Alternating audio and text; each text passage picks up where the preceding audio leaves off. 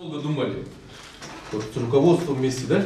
Пресс-конференциянын жүрүшүндө Баткен облусунун аймагындагы ички иштер органдарындагы милиция кызматкерлеринин аткарган иш-чаралары, коомдун коопсуздугун сактоодогу ролу, катталган кылмыштар жана кылмыштардын бетин ачуу тууралуу маалыматтар берилди. Баткен ички иштер башкармалык биринчи орунда келет. Бул дагы жакшы жетишкендик деп эсептейбиз биз. Потому что былтыр биз бул жака жаңы дайындалганда эле 7-чи же 8-чи орунда экен. Баткен жергesi, именно область, ички иштер башкармалыгы. Кудайга шүгүр келип, бир нече кадровый измененияларды кылдык. Кылмышка каршы күрөшүү, коомдук тартипти сактоо, элдин коопсуздугун камсыздоо багытында бир дала иш-чаралар жүргүзүлдү.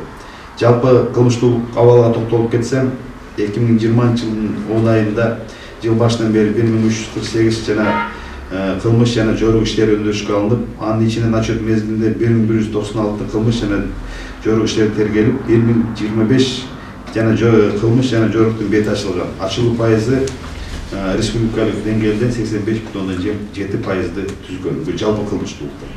Бети ачылган 1025 кылмыштан жана жоруктан 527 соттук кароого жиберилип, 498 реабилитацияланмаган негизде кыскартылган.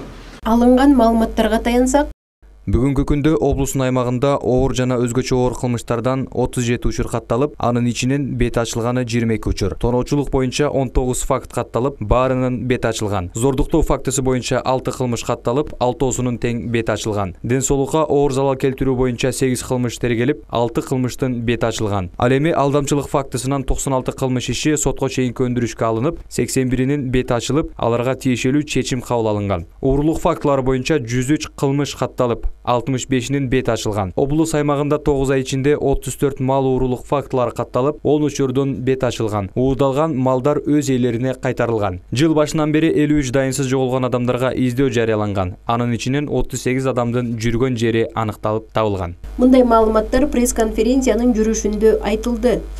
Түнбү күнбү убакыт саат канчаларда ДТП болуп атат. Ошондой исходя, вот, например, ночное время, дневное время, суток. Кайсыл жерлерде, километражда, кайсы километрден кайсы километрге чейин болуп атат. Исходя из этого мы меняем дислокация, то есть алмаштырып дислокацияны биз өзүбүздүн топту ошол жака кайсы жерде көбүрөөк болгондо ошол жактарга биз переброска кылып атабыз. Мурункудай болуп туруп, например, Бучунда турган болсо, кечки Бучунда туруп бергендин эмне кажети бар?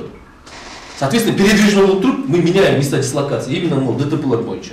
Андан кийин могу жанагы сиз айткан симпатияны ал жерде дорожный знактар болот. Мыйзам боюнча ал жерге дорожный знактар только коюлуш керек. Ал жерге светофор коюлбаш керек. Ал жерге дорожный знак коюлуш керек. Ошондуктан биз дагы өзүбүздүн компетенциядан сыртка чыга албайбыз да. Эгерде ошол жерде знак кое турган болсо, биз ал жерге жок, светофор коюшубуз керек десек, анда биздин действияларыбыз мыйзамсыз болуп калат.